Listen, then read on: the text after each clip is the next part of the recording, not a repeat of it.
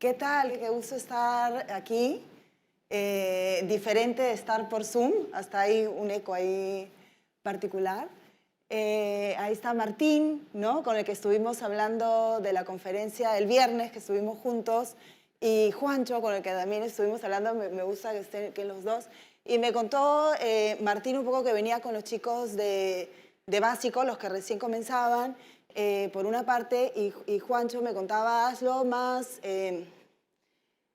digamos, más humano, una escala más chiquita, ¿no? Tenemos la costumbre de hacer como los proyectos, y que es bonito también, es interesante hacer los proyectos, pero en esta ocasión quería dividir la exposición en dos partes. La primera va a modo de bitácora, con algunas ideas y fotos muy personales, ¿no? Del proceso, ¿no? Las etapas que yo tengo en el proceso, y la segunda parte es un proyecto específico, que es la Casa Traversa, que es un proyecto que hemos diseñado y construido en México. Entonces, la conferencia, cuando me llamaron, lo primero, ¿no? ¿Cómo se llama la conferencia? Le puse, que me cuesta pronunciarlo, travesías arquitectónicas, ¿no? Y travesía es alguien que comienza una travesía, ¿no? Que es distinto que un viaje, porque hay viajes de placer, viajes de negocios, pero la travesía está relacionada con lo que no sabemos lo que va a pasar, ¿no? Hay algo de incierto, hay algo de aventura, hay desconocimiento, tanto del territorio y del clima y del lugar, y eso es un proceso de un proyecto arquitectónico. Cada vez que comenzamos algo, hay muchas variables que no conocemos desde la persona que nos llama, ¿no? En mi caso, trabajo mucho en proyectos particulares, sobre todo de viviendas y de espacios tipo ecolodge, albergues, una rama hacia la hotelería, y me llaman de diferentes lugares, ¿no? No sé si les suene Cunaco, Pacarán, Tanlajas, Irrigación Santa Rosa, Olmos, que son lugares de los que no conozco para nada, ¿no? Ahí a veces he estado en México, ahora hace poco he estado en Chile, y diferentes sitios del Perú que también es fantástico conocer, ¿no? Como Huacho, uno tiene una imagen de Huacho no tan bonita, y cuando uno llega al Valle de Huacho es verdaderamente hermoso y tiene un valor increíble. Entonces, esta es la arquitectura la que nos lleva por estas travesías y estos viajes por el Perú, ¿no? Y tenemos la suerte que hemos comenzado también a cruzar la frontera con mucha alegría. Y entonces hay esa parte del lugar que vamos a descubrir, y de las personas también, ¿no? Hay las personas que nos llaman, bueno, nosotros comenzamos con la Casa Chontay después de viajes, de diferentes proyectos, pero creo que la Casa Chontay es la que más nos posiciona dentro de la arquitectura, donde comenzamos a desarrollar nuestra filosofía. Ustedes dirán, ¿por qué no hay ninguna foto? Pero no todo tiene que ser visual, ahora van a ver las fotos. La Casa Chontay, comenzamos con esta búsqueda, ¿no? Justamente lo que hablaba Magalí en la ponencia anterior. Yo estuve en la universidad en los 90s, que comenzó el ladrillo a llegar a todos los rincones del Perú, y vi de cerca el momento en que se comenzó a perder la tradición tectónica que tenemos muy profunda de los materiales, cómo llegó el ladrillo con potencia. Y el ladrillo es un buen material, no hay nada contra el ladrillo. Evidentemente, todos los materiales son positivos si uno sabe usarlos adecuadamente y en el lugar, ¿no? Entonces, creo que mi búsqueda del paisaje y el material viene desde ahí. Entonces, cuando yo tuve una experiencia fuera del Perú durante 10 años, en un país donde aprecian el paisaje tiene un valor increíble, y la arquitectura es visto como algo técnica, no solo de diseño. Me acuerdo cuando llegué, bueno, cuando me fui a Suiza y llegué, yo había hecho proyectos acá, y comencé a trabajar en oficina, pero en la época que yo estaba en la universidad y que comencé a construir era ladrillo y tarrajeo, ¿no? O sea, ponías tu ladrillo, hacías tu tarrajeo, pintabas y ya estaba. Y me costó mucho entrar al detalle constructivo del clima, el frío, las diferentes... ¡Uy, ya pusieron una foto! No, todavía no era. Bueno, ya, comienzo. porque si no, que yo pensé que me parecía que el tiempo era más. Entonces, bueno, esto es en Calango y ahí comienzan... a mí me pareció gracioso una vez escuchar una entrevista a una chica que le hacían que había dejado la arquitectura y se había pasado a otra disciplina, porque y en la entrevista decía que la arquitectura era una carrera muy aburrida y muy estática y que lo que hacía ahora le parecía más dinámico. Y yo hasta el día de hoy me pregunto, porque a mí me parece sumamente dinámica o sea, es mucha aventura. Entonces, esta es una señora que se compró este terreno arriba del cerro y para ir a visitarlo llegamos, y yo, ¿dónde es? Y es allá, bueno, la cosa que más o menos que alpinismo para llegar hasta arriba. Y comienza la reflexión, ¿no? Cuando estamos en estas situaciones, hay tres ideas, ¿no? Tenemos que dar respuestas a tres cosas. Uno, al sueño de la persona que nos llama. Tiene una imagen, un sueño, un programa, como bien decía Ramiro. Luego, si bien vemos, ¿no? Si bien nosotros estamos ahí trepados y vemos este maravilloso valle de Calango, también nos ven, ¿no? Entonces hay un tema de cómo hacer para no alterar y no hacer algo que malogre todo lo que van a ver los demás, ¿no? Tanto a nivel, también por un tema de seguridad y por un tema de respeto al otro, ¿no? Yo no estoy en medio de la nada, sino yo veo y también me ven.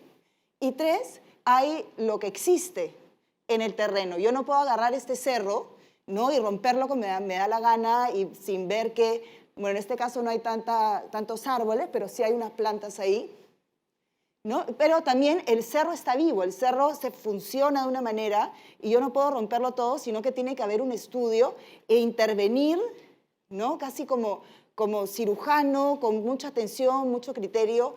Entonces,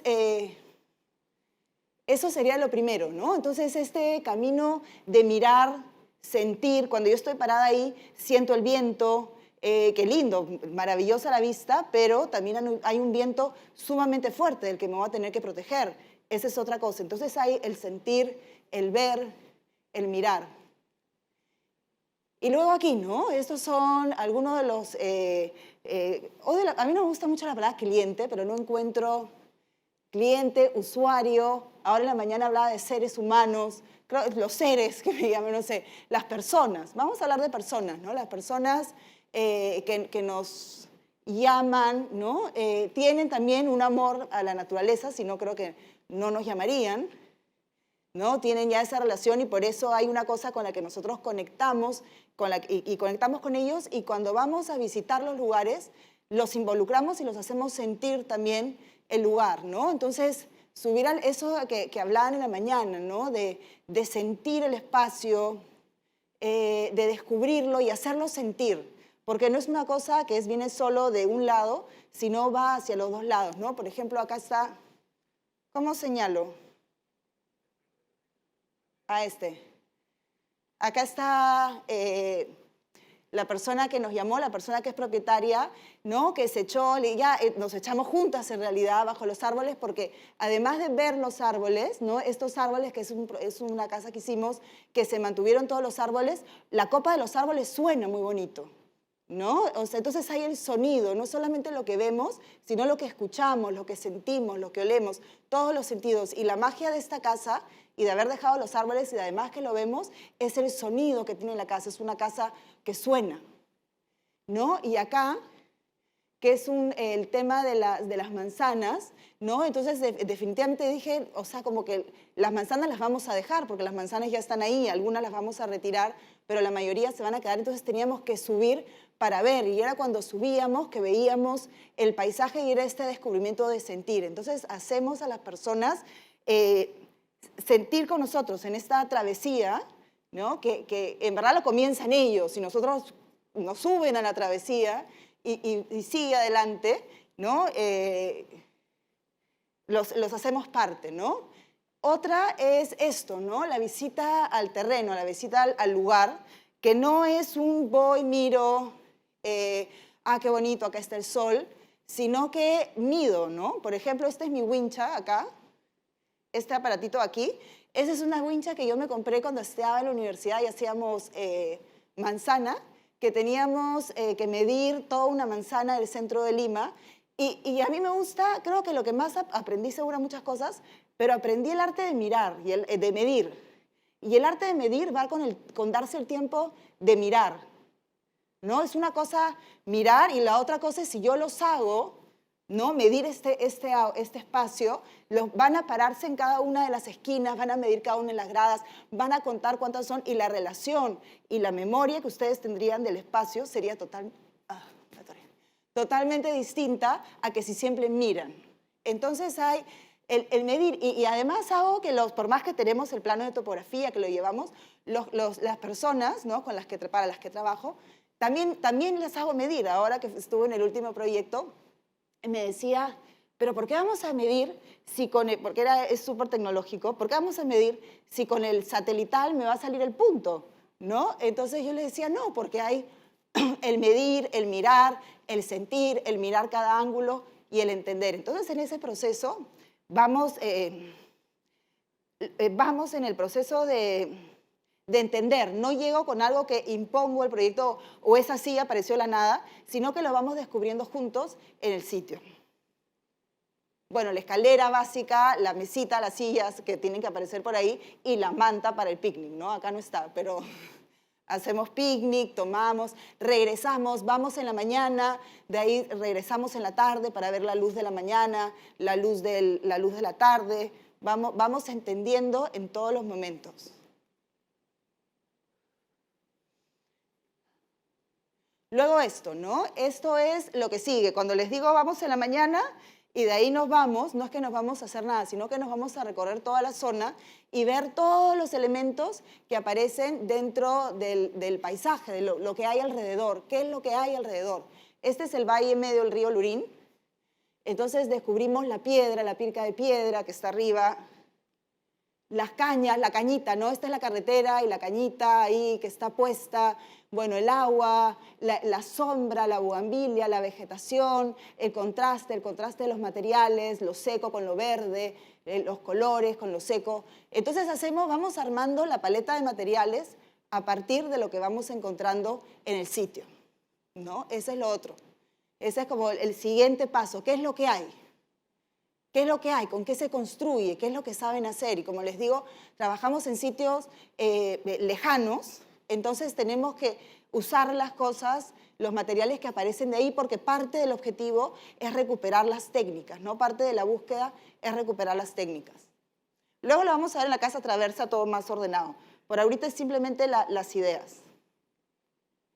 Luego esto, ¿no? Una vez que ya tenemos los elementos, los visuales y los elementos estructurantes del terreno, ¿no? El sol, por acá está el recorrido del sol, el viento, los árboles, las vistas, cómo llego, la montaña, el árbol que es el árbol principal, ¿no? Hacia donde va. Estos son los árboles que vamos a mantener. Son diferentes proyectos, o sea, no se asusten, están diciendo por qué no entiendo nada. Son diversos proyectos, pero como les digo, son bitácora de imágenes que van leyendo.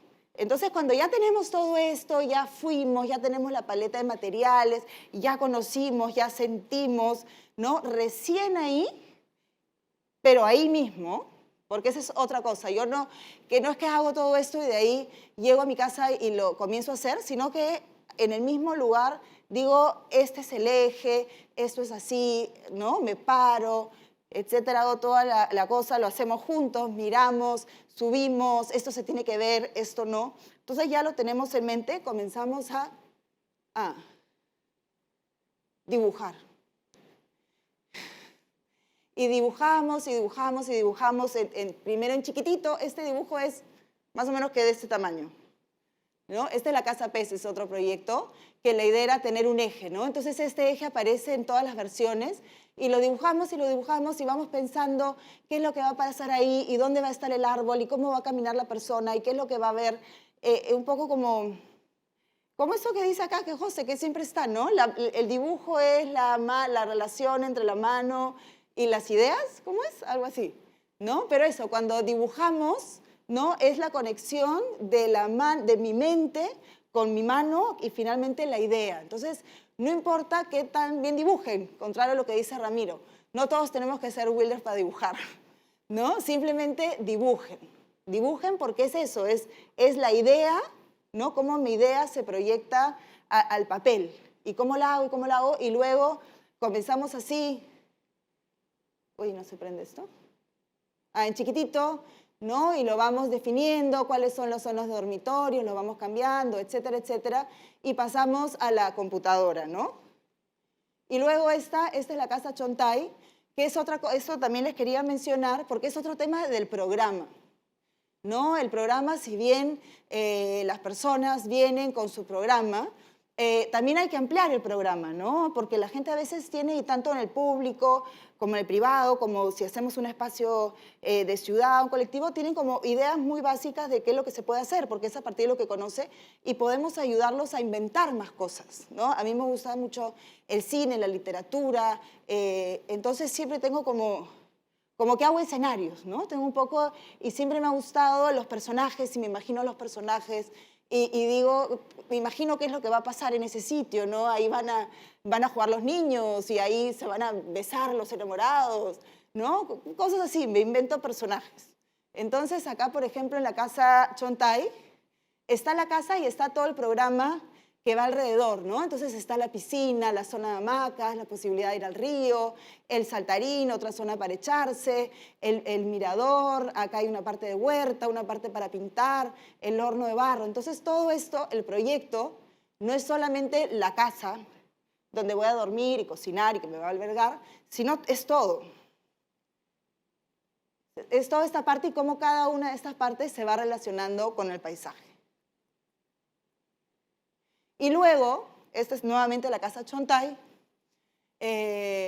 cuando ya tengo el plano dividido, o sea, ya hecho perfecto, que me demoro mucho porque todo tiene que ser muy exacto, ¿no? En estos terrenos, me gusta pensar, o nos gusta pensar en el estudio, en la escala del confort, ¿no? La escala ideal del confort, ¿no? No los espacios que son...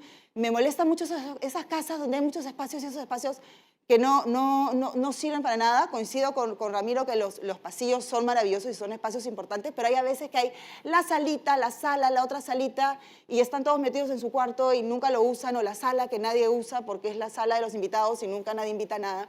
Me gusta que los espacios se usen, ¿ya? Y que sean no tan grandes y sobre todo en este tipo de proyectos para tener la mayor cantidad de espacio libre posible, ¿no? Porque si yo lo que quiero es tener un jardín, una huerta, estar al exterior.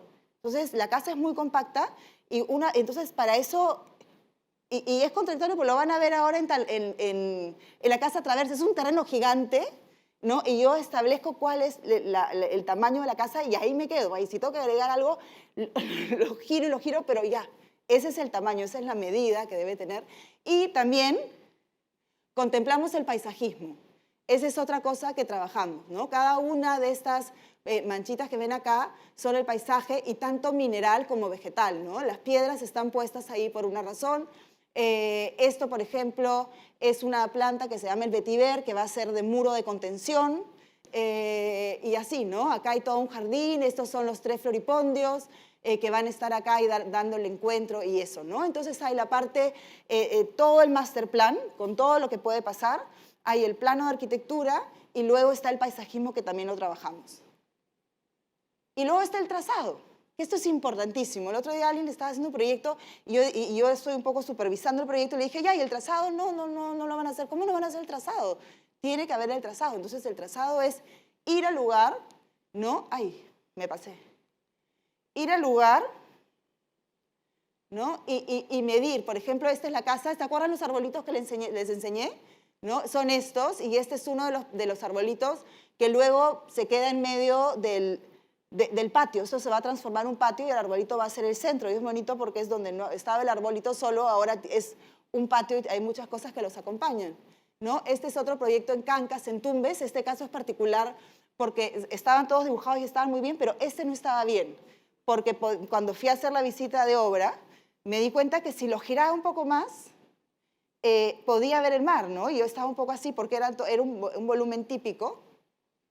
Y esta línea de árboles no la podía mover, entonces no es que yo podía el mismo volumen típico girarlo, porque ya me llevaba el árbol y todo el eje de árboles lo estaba lo estábamos manteniendo, entonces lo volví a dibujar, ¿no? Lo volví a dibujar y lo volví a hacer y lo volvimos a cambiar y quedó muy bien. Pero es esto, ¿no? Y acá está el trazado, ¿no? Entre árboles y lo que les digo, el sentir, el ver, la aventura de medir y trazar. Y luego está esto, esa parte es una cosa que me gusta mucho, este es también campo nuevo, que es la innovación de los materiales. También hay una búsqueda con relación a los materiales, que es importante, ¿no? Y también la exploración dentro de los materiales. Ahí estoy yo haciendo mi ladrillo. Ahí, acá está. Esta es una zona que tiene esta tierra arcillosa, entonces vimos que muchas de las construcciones... ¡Ay, 10 minutos quedan! ¡Ay, ok, el tiempo me va a quedar corto! Ahora voy a tener que correr, me explayé demasiado. Bueno, entonces agarramos esta tierra e hicimos los ladrillos, mandamos a hacer las cosas de bronce y son secados al sol. Pero eso viene de que vimos en la exploración, ¿no?, de la zona dónde están los ladrillos, o sea, ese tipo de ladrillos, y averiguamos cómo se hacían y los hicimos, ¿no? Entonces hay toda la exploración de los materiales también. Y bueno, y recordar, este es cuando se hace el techo, cuando se pone el techo, se hace una fiesta, y esto es, en Suiza también se hacía la fiesta cuando se techa, y también se hace en el mundo andino. Entonces, la construcción es una fiesta, ¿no? El proyecto, el proceso, es un ritual, y hay que vivirlo como un ritual, y como que cada una de estas etapas irlo festejando.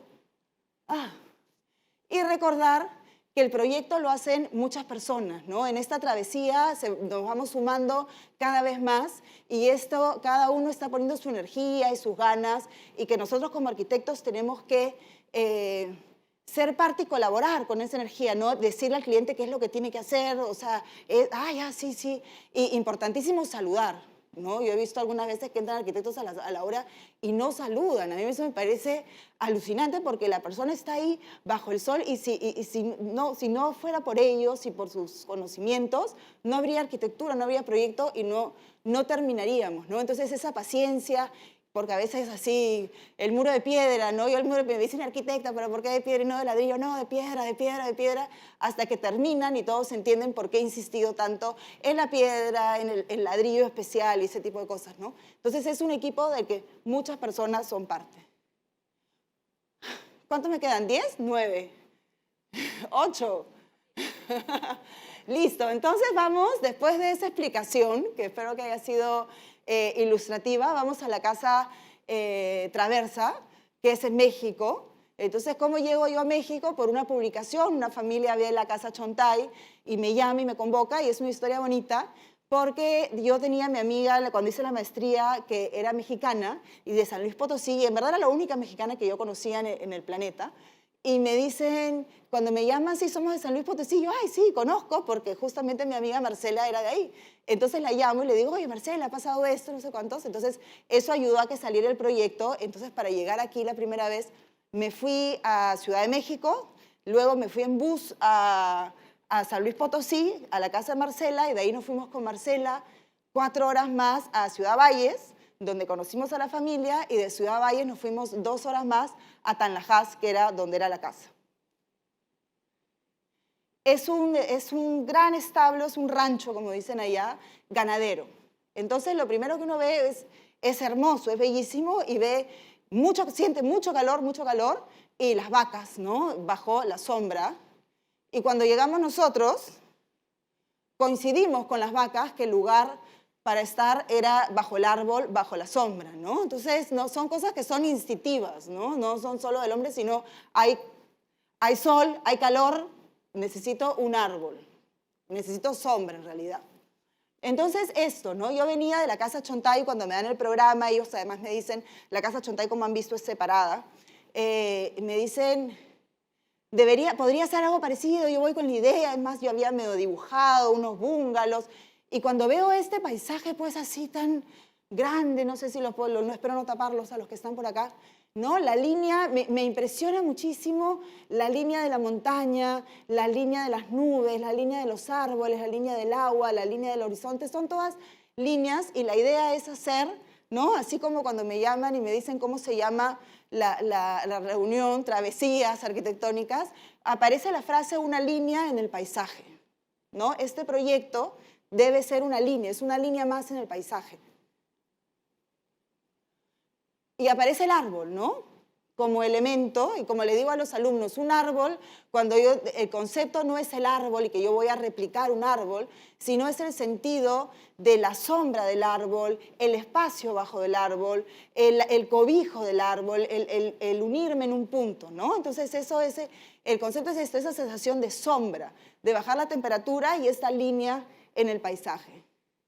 Entonces, como exploración, vamos a visitar todas las casas Tenec, esta es la cultura Tenec en México, en esta zona, y vemos pues cómo ponen la caña, descubrimos el otate, que es el bambú local, y luego vemos la piedra, Tanlaja significa nada menos que la zona de donde vienen, ¿no? Tanla, lugar, Has, piedra, o al revés, y vemos cómo se coloca la piedra. Y luego la tercera parte es la vegetación, ¿no? Entonces tenemos los elementos, vamos armando en el sitio la paleta de materiales. Todo esto lo hacemos con las personas con las que vamos a trabajar, que van a vivir ahí y que están motivados a hacer una casa de este tipo. Y luego vienen los dibujos, ¿no? Este dibujo es hecho ahí mismo, ¿no? Es así, los dos árboles, que son los tamarindos, la medida de los 20 metros al eje, este es el eje, y hay el eje del sol, y son 4 elementos. Esto acá, este dibujito, que es hecho en el sitio con ellos, o sea, mientras almuerzan y hacen la parrilla, me pongo ahí, hago yo mi dibujito, sintiendo así, el árbol, midiendo, a ver, midan aquí, comienza eso de ahí, y luego comienza la exploración del techo, porque lo más lógico es eran 4 módulos, entonces techarlo tac, tac, tac, ¿no? Pero queríamos que no sea así, ¿no? A veces no somos tan lógicos en el estudio. Y comienza una larga exploración y también, por ejemplo, la piedra, ubicarla acá, que es la zona que va a tener más calor, y la caña por aquí. Este es el primer master plan que presentamos, ¿no? Master plan, plano que presentamos, ¿no? Donde están los 2 árboles como eje estructurante del proyecto, como lo vimos en el dibujo. Se divide en 4 módulos. Acá hay un gran patio que está alineado a los árboles y un eje central que es el recorrido del sol, ¿no? Las partes sociales aquí, las partes dormitorios por esta parte, y tenemos esta piscina, finalmente no se hizo, y tenemos los árboles existentes, ¿no? Este y este son todos los árboles que existen dentro del terreno. Y sigue la exploración, ¿no? De la forma, porque queremos que parezca el techo una nube, un gesto como esas líneas del paisaje, pero es una línea ondulante como las que hemos visto en la foto anterior, ¿no? Comienza la maqueta, diferentes escalas de maqueta, la exploración nunca termina, las maquetas nunca se acaban, y es una herramienta importante para explorar la estructura, diferentes texturas, más pequeñito, más grande, ver cómo queríamos que esto vaya hacia acá, cómo hacer que algo muy complicado parezca muy sencillo. Esa es parte de la búsqueda. Bueno, esta ya es la planta final, y acá comenzamos a hacer este es el terreno, ahí está Marcela, justamente, ese es el primer día que fuimos. El 2D, que son una elevación coloreada, y el 3D en el terreno, ¿no? Entonces vamos cambiando de escala y siempre este gesto, ¿no? El patio, el eje, que por acá, los dormitorios que van para aquí, la piedra por afuera. Entonces es idea que se mantiene a lo largo de todo el recorrido. Es un proceso muy largo, pero es como una travesía, ¿no? Queremos llegar ahí, ¿no? Cuando uno comienza una travesía, no va a terminar en cualquier parte, va a terminar donde planteó. No sabemos qué va a pasar para llegar ahí, pero la idea es llegar ahí. Y como arquitectos tenemos que tenerlo bien claro, porque además muchísima gente se embarca en esa travesía y la llevamos, y tenemos que estar muy seguros de que ese es el camino, que es difícil, ¿eh? No se crean. Por momentos, al tiempo de la obra, al año de obra, yo decía, hubiera hecho algo más simple, ¿no? No se crean que no. Y seguro los clientes también, pero cuando terminamos, ahora van a ver, quedó muy bien. Pero tenemos que, ese es el horizonte, ¿no? ¿Cuál es nuestro horizonte? ¿Hacia dónde vamos? Estas son las vistas 3D, ¿no? Las 3 escalas, ¿no? La escala de esta línea en el paisaje, la escala más íntima, la relación interior-exterior, esta curva que es recto, de verdad todo es recto, pero es una especie de brazo, ¿no? Es un abrazo, pero todo es recto. y este patio interior donde pasan cosas, ¿no? El eje principal. Y bueno, entender nosotros mismos cómo va a ser el proceso, ¿no? Cómo descomponemos todas esas partes para lograr algo. Entonces la losa, los muros de piedra, los otates, los muros de enjarre, que es bambú, una especie de quincha, pero como se hace allá, el friso, el techo, toda la estructura del techo y luego la cobertura. Entonces, ¿quién construye eso? Y esa es la parte importantísima, ¿no? ¿Quién construye esto? Y comenzamos a hacer entrevistas y llegamos con ellos, que son Andrea y Ricardo, que son parte del colectivo Quima, que son unos arquitectos que viven allá, trabajan allá y cultivan el bambú, son unos expertos en bambú, y comenzamos a trabajar con ellos, ¿no? Entonces, eso es sumamente importante, es entender o saber o encontrar quién puede construir lo que estamos diseñando. No cualquiera puede construir cualquier cosa, ¿no? Entonces tenemos que ver esa técnica, quién la puede lograr. Entonces acá están las maquetas de estudio, porque por ejemplo no les dije esto, pero acá por ejemplo pueden ver que en esta vista aparece una columna al centro, ¿la ven? En la vista y en la elevación, ¿no? Porque, ¡ay! ¿Tiempo terminado? Uy, me muero, yo que pensé que iba a quedar corto. Bueno, las búsquedas, ¿no? Logramos sacar la columna del centro, porque yo sufro con las columnas al centro porque no se siente el espacio. Logramos sacarla y llega esta foto, ¿no? Comienza la cimentación y la piedra, esto lo voy a decir cortito, ¿no? Ustedes cuando ya ven las cosas terminadas piensan que siempre fueron así, pero esta fue la primera foto que me mandaron de la piedra y dije, no, de ninguna manera así no es.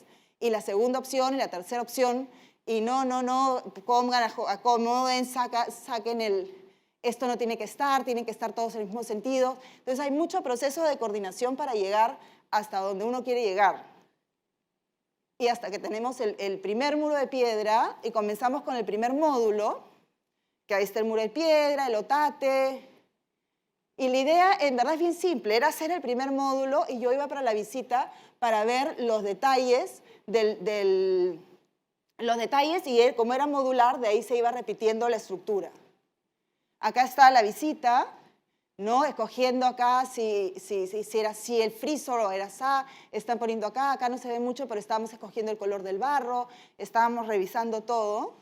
Y acá, por ejemplo, ¿no? Contentos de que habíamos enmarcado, esta va a ser la ventana y está perfectamente enmarcado el árbol, que se acuerdan que apareció en unos dibujos, porque cada vista tiene que estar, y eso es algo que también tienen que ver en el trazado, ¿no? Si efectivamente están enmarcando lo que quieren enmarcar como lo quieren enmarcar. Y comienza a aparecer la línea en el paisaje, y acá seguimos, se comienza a sentir el brazo, la losa, comienza a aparecer, todas las palabras, ¿no? Acá está ya un módulo terminado y vamos por el segundo. Y acá está, ¿no? Esta foto las paso ya sin... Este es visto desde lejos. Este es el patio, el eje, con el remate atrás. Y es abierto, justamente esos giros son para que uno pueda, digamos, ir viendo así, ¿no? Que no sea recto. Si fuera recto no tendría las visuales, lo voy abriendo para tener los ejes. Acá está el patio, esta es más bonita. Acá, ¿se acuerdan? Acá está el enjarre, la piedra, la luminaria, esto para que entre la luz, para que entre el aire, el friso que pusimos por acá.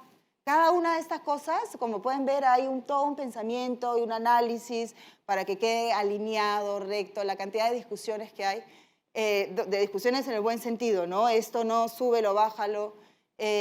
Acá está el techo en otate, las columnas estas, para evitar la columna del medio, que es una técnica que ellos saben hacer del sangrado para que sea curvo, los ejes que queríamos enmarcar, acá está el atardecer, este es de día y este es el atardecer que es justo de acá.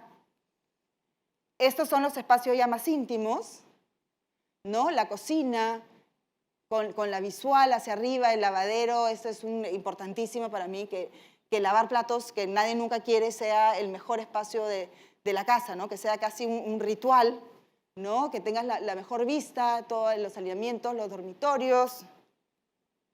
Este es de noche, porque también funciona de día y de noche, entonces hay un tema de iluminación, cómo se ve esta línea en la noche. Esta es una foto que me gusta mucho, ¿no? Justamente el ser, estar, y finalmente construimos, diseñamos, y toda esta travesía es para llegar a ese momento de ser y estar ahí y sentirnos ahí. Y esto quería terminar porque es un detalle, ¿no? Entonces, en esta travesía hay que mirar, si bien llegamos a un punto, o sea, a un punto, el destino, tenemos que ir viendo todos los detalles, ¿no? Hasta el más mínimo perno, que esté ahí porque tiene que estar como tiene que estar y para cumplir la función que le corresponde. Listo, muchísimas gracias. Perfecto, Marina, muchas gracias. No te preocupes. Vamos a empezar, vamos a invitar a los demás ponentes para poder estar todos juntos y a partir de eso poder continuar de repente ahí también con las preguntas de tu exposición y algunas preguntas generales para todos.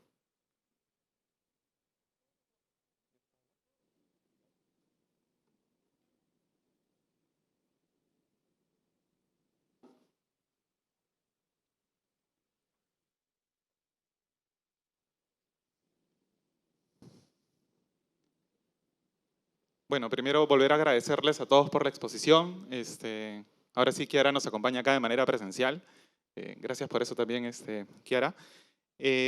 Antes de pasar con algunas preguntas que tengo acá anotado y que nos han pasado por el chat, queríamos conocer si es que existe alguna pregunta del público que se encuentra aquí presente. No sé si podría levantar la mano.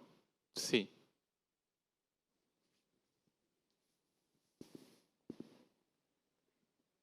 Buenas tardes. Yo tengo una pregunta.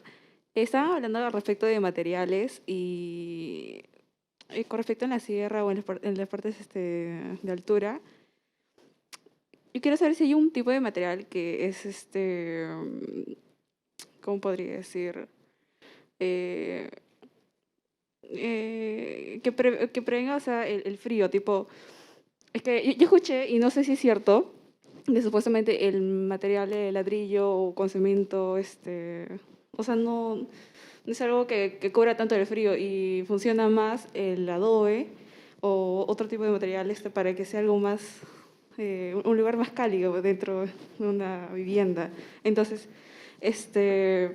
no sé, ¿cuál es un material que sí, o sea, es cierto eso de que existe los materiales más importantes para eso o no sé? No sé a quién le gustaría contestar. De repente a ti, Yo puedo Magali. contestar, sí, está bien. Sí, seguramente dentro de sus cursos lo van a tener que ver. Cada material tiene sus propiedades, ¿no? Son tanto la transmitancia, ¿no? La resistencia, que es la inversa, ¿no? Pero entonces cuando tú tomas unas decisiones, por ejemplo, con respecto al clima, ¿no? Te vas a ver, poniéndolo más práctico, hay algunos materiales que lo que hacen es resistir a este paso del calor, ¿no? Y te permiten mantenerlo. Entonces, cuando tú tienes, pongámosle, mucha masa, ¿no? Como es el caso de la piedra, de la tierra, lo que hace es darle como una inercia, ¿no? Lo que hace es darle estabilidad y por lo tanto puede mantener el calor, digamos, el tiempo, y luego cuando yo ya no tengo captación, es decir, cuando ya es de noche, porque la captación que tengo de la radiación solar, ¿no? Entonces se queda en esa masa, luego en la noche va a empezar a transmitir ese calor hacia el interior del espacio. Por eso es tan importante también, y está súper la pregunta, ¿no? Que es en relación a la materialidad que uno considera, ¿no? No solamente la parte de la forma, la estética, sino que tiene mucho que ver también con los materiales en relación al clima y al lugar donde te estás asentando. Muchas gracias. A ti. Sí, Marina. ¿Te puedo hablar? ¿Se escucha? Sí, es importante agregar, por ejemplo, en el trabajo que nosotros hacemos, usamos la piedra o el adobe como material de muro, ¿no? O sea, digamos, hacemos una estructura mixta, pero la piedra está por los dos lados, por la pirca, porque pasa mucho que la gente hace el muro de ladrillo y lo enchapa de piedra, ¿no? Entonces ahí pierdes el valor térmico y las propiedades que está diciendo Magali, ¿no? Entonces las cosas no solamente se tienen que ver, sino que tienen que usarse como debe usarse para tener las propiedades, ¿no? Y el valor, ese valor agregado que tiene cada material. Aprovechando la pregunta, y también de repente para ti, Marina, que nos hacían una pregunta por el chat es, justamente, tú que has hablado del tema de los materiales, ¿cómo haces para trabajar con materiales naturales, llámese caña, adobe, piedra, que a veces las entidades públicas no aprueban este tipo de materiales, por así decirlo, que no se encuentran normados? ¿Cómo hago? Lo que pasa es que hago estructuras mixtas, ¿no? O sea, por ejemplo, la Casa Chontay es una estructura que es vigas, columnas, que está aprobado por un ingeniero que tiene un estudio, pero digamos, todo lo que va entre columna y columna los pongo con el material. Entonces, el material no está soportando el valor, o sea, el peso estructural. Y en el caso de México sí tenía una normativa distinta con el OTATE, y en el caso de Chile también, ¿no? Entonces, de acuerdo a los países donde vamos trabajando. Perfecto, muchas gracias. ¿Hay alguna otra consulta de repente que el público presente desee consultar? Bueno, imagino que ya se irán animando. Bien, dentro de las anotaciones que había podido hacer dentro de la conversación que hemos tenido hoy día en la tarde, me parecía importante resaltar que, claro, hemos estado viendo, y creo que algo se relaciona en todas las ponencias que hemos estado viendo el día de hoy, y es la vivienda como la unidad, ¿no? Ya sea en un ambiente mucho más urbano, ya sea en un ambiente mucho más rural, algunos con unas temperaturas ¿no? como muy agradables, otras de repente con unas temperaturas mucho más extremas. Y en el caso más bien de la primera exposición que era de tu equipo, es justamente este espacio de encuentro fuera de la vivienda, ¿no? Como la parte más importante, como lo que se podría denominar la parte más pública o parte de la ciudad. Y ahí de repente es donde me gustaría que pudiéramos conversar un poco, generar una reflexión o hablar acerca de eso. Y es que conocemos también que, por ejemplo, ¿no? En el 2018 Capeco nos da esta información, que creo que ya todos la sabemos, ¿no? Pero que el 80% de las construcciones normalmente en el país se generan de una manera informal, ¿no? Puede haber tenido una asistencia técnica o no, pero en su mayoría de casos se genera por la autoconstrucción, y esto genera luego, ¿no? una serie de inconvenientes o preocupaciones para parte de ellos, ya sea por algún tema que pueda ver con el tema de los sismos, o porque más que todo el día de hoy, ¿no? el cambio climático también viene generando secuelas que son justamente ¿no? las partes de las viviendas las que las van a afrontar. Y justamente dentro de eso, y dentro más bien de nuestro expertise, y ustedes como profesionales en el campo, me gustaría que de repente pudiéramos reflexionar o pudieran hacer algún comentario de cómo nosotros, como arquitectos, de repente justamente podríamos tratar de llegar, qué cosa nos está faltando, para no estar justamente en un porcentaje mucho más alto, y también como de repente mencionaban, ¿no? Fuera del, en el periodo José, si no me creo que era, fuera del ego de repente que podríamos tener por construir más o porque aparezca nuestra firma en un lugar, sino más bien porque cuando sucede algún tipo de desastre, justamente es este 80% de la ciudad el cual se va a ver mucho más vulnerable. No sé, ¿a quién le gustaría de repente un poco comentar? Bueno, yo el 2020, 2021 y 2022 estamos trabajando en un proyecto que se llama Lima 2035, que fue un concurso que se hizo a nivel internacional, y éramos un equipo, en verdad, era sobre el tema de la alimentación, el problema alimentario que viene bastante fuerte, ya es un problema y va a ser más fuerte en los próximos años. Entonces, pero se asoció, ¿no? el tema de la vivienda, de la alimentación con la vivienda, cómo llegar a hacer alimentación dentro de la vivienda para... Entonces, yo hice toda una investigación con un proyecto de cómo hacer una vivienda modular que se adaptaba a Lima 2035 a la propuesta, pero también al tipo de construcción en el Perú, ¿no? En general. Y sí, definitivamente los arquitectos hemos quedado totalmente fuera de la operación inmobiliaria, y es un problema que tenemos y se vio en la pandemia. Justo esto coincidió con el 2020, que comenzó la pandemia y comenzaron a salir, o sea, había el tema de no tengo vivienda y había el tema de en mi vivienda no podemos vivir, ¿no? Porque no tiene luz, o no tiene luz natural, o no hay ventilación, o los espacios están distribuidos. Y creo que yo ahí vi una oportunidad de que se tomara la importancia a los arquitectos, pero luego nos volvemos a quedar, ¿no? Entonces hay un tema, y también se va para adelante con los ministros, y luego nos vamos para atrás y no avanzamos. Hay un tema, es un tema complejo, ¿no? También se hace la vivienda pública, pero la hace el privado, y el privado hace... Entonces, ahora con lo del Lima 2035 queremos hacer, el objetivo es hacer una vivienda prototipo, ¿no?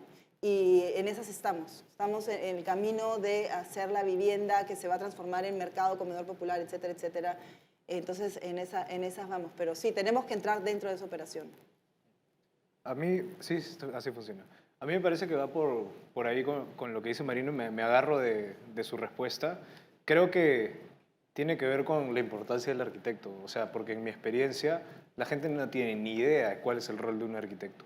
O sea, hablo de las personas específicamente que quieren vivienda, que es la mayoría de mi experiencia, o particularmente, y hablando del tema de desastres, me llaman para hacer un laboratorio de estudio de suelos frente a la Prialé, donde se inundó todo por el desastre, ¿no? Con el tema de los huaicos. Y me di cuenta que el arquitecto para muchas personas en zonas informales es un lujo, ¿no? O es alguien que hace que las cosas se vean bonitas. Y seguramente muchos de ustedes han pensado eso antes de entrar a la carrera, ¿no? Pero creo que es desinformación. O sea, y lo que creo que deberíamos buscar nosotros es, mientras trabajamos con nuestros clientes, ir informando, ¿no? De alguna manera, porque también creo que es parte de nuestra responsabilidad.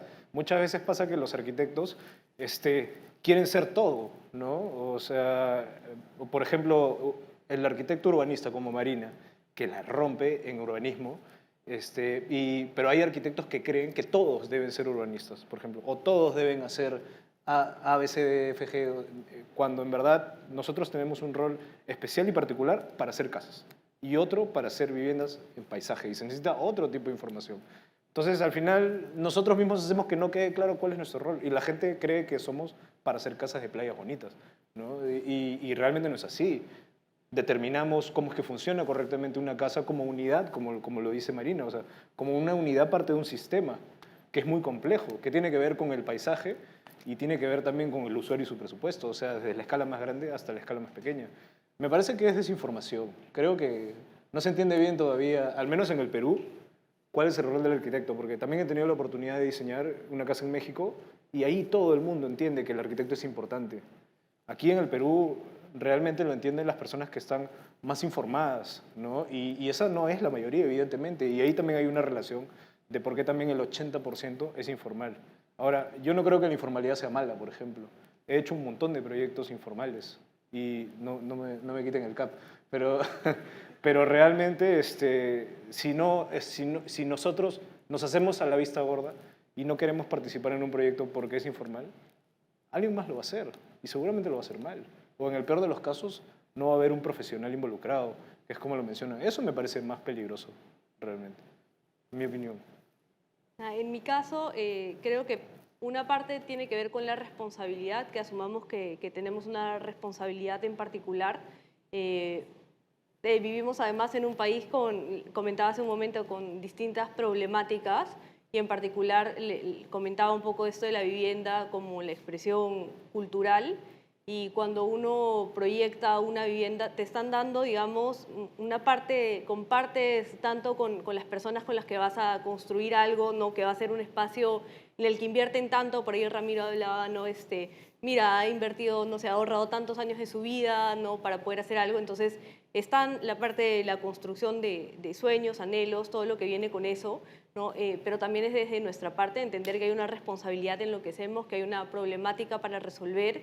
Y nada, y me gustaría igual, por ejemplo, hablando de los desastres, en el caso por ahí de la tierra, hay distintos, también esta parte de la tecnología, que ustedes como futuros arquitectos por ahí también se animen a esta parte de la investigación, nuevas soluciones, por ahí hay geomallas, infinidad de cosas, pero está también en el futuro, en verdad, está tanto en ustedes y en ver cuáles son las otras cosas, las cosas nuevas, las que se pueden hacer. Hablan de la normativa, que tenemos por ahí varios problemas con la normativa, que los que se metan justamente en política, que no tenerle miedo a esa parte, y que es genial, digamos, que se están involucrados con eso, que quieran mejorar esa parte, ¿no? No verlo solamente desde lejos, sino tomar acción, no solamente esta parte de criticarlo, sino tomar acción y decir, ok, ¿qué hago con esto? ¿Qué puedo hacer? ¿Cómo se puede mejorar?